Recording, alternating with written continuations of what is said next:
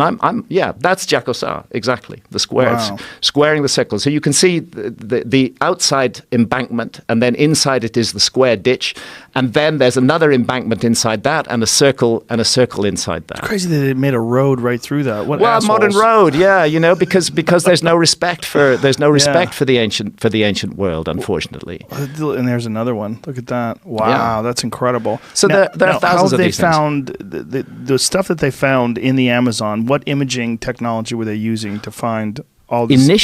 Initially, it was entirely found because areas of the rainforest had been cleared.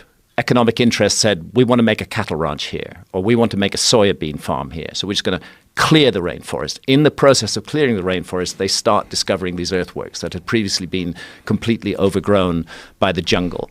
Then the next step was to say, what could we do to find out more about this? Obviously, they don't want to destroy more jungle, and luckily we have a technology which is Lidar, as I mentioned, which uses radar. And using Lidar, they've been able to identify many more of these sites, and then to get to the sites without destroying the jungle, and to begin excavations on them, and to find that they go back, in the cases of the ones that have been explored so far, at least 3,000 years.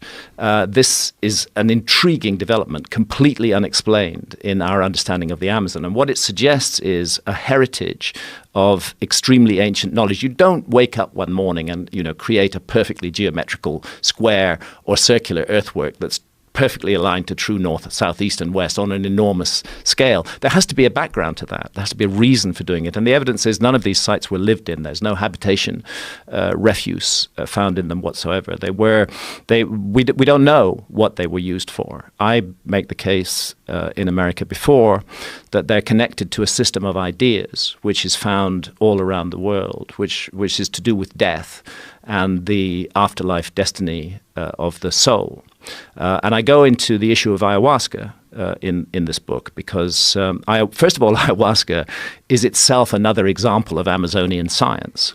As you and I and many of the listeners and viewers know, the active ingredient of ayahuasca is DMT, dimethyltryptamine. But dimethyltryptamine is not normally accessible through the gut. We have to smoke it or vape it to get that rocket ship to the other side of reality. And the journey lasts, 10, 12 minutes, not much more than that, and sometimes quite a lot less. What ayahuasca does is it makes DMT available through the gut.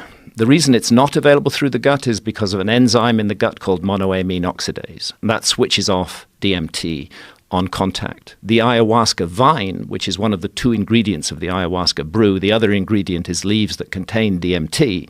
The ayahuasca vine contains a monoamine oxidase inhibitor, which switches off the enzyme in the gut and allows the DMT to be accessed orally, which produces a rather different journey from the smoked or vaped DMT trip. It's a much longer journey. It's 4 or 5 hours. It allows you to integrate and to interrelate with the strange landscapes in which you find yourself amongst. And the entities that you encounter, I'm not making any claims about the reality status of those entities, but what I am saying, and it's a fact, is that people who work with DMT and ayahuasca do encounter what they construe to be entities who communicate with them intelligently. So somebody in the Amazon, out of 150,000 different species of plants and trees, selected 2 that are not psychoactive on their own, but when put together, create an extraordinary visionary brew.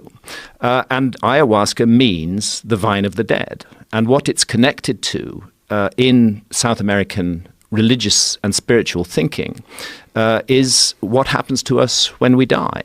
And the Tucano, who are an Amazonian people who work regularly with ayahuasca, I mean, the Tucano actually will give a teaspoonful of ayahuasca to a newborn infant. They feel ayahuasca is so important that there is a hidden realm around us which we are not normally aware of, and we need to be aware of it. And ayahuasca is an important part of that.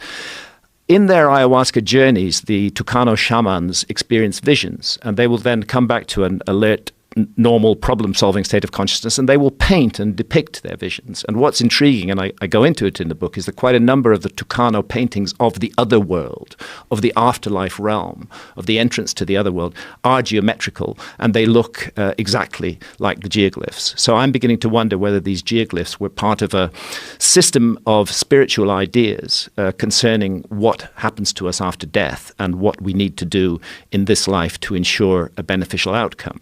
And oddly enough, that same system of ideas is found in the Mississippi Valley.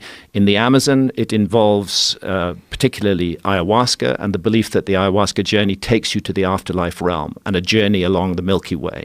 In the Mississippi Valley, the mound builder sites up and down the Mississippi Valley, particularly Moundville in Alabama, exactly the same system of religious ideas associated with geometrical constructions, that on death, the soul, they're very specific, ascends to the constellation of Orion, transits from the constellation of Orion to the Milky Way, makes a journey along the Milky Way, which they call the path of souls, and encounters challenges and ordeals where the soul must account for the life that it has lived.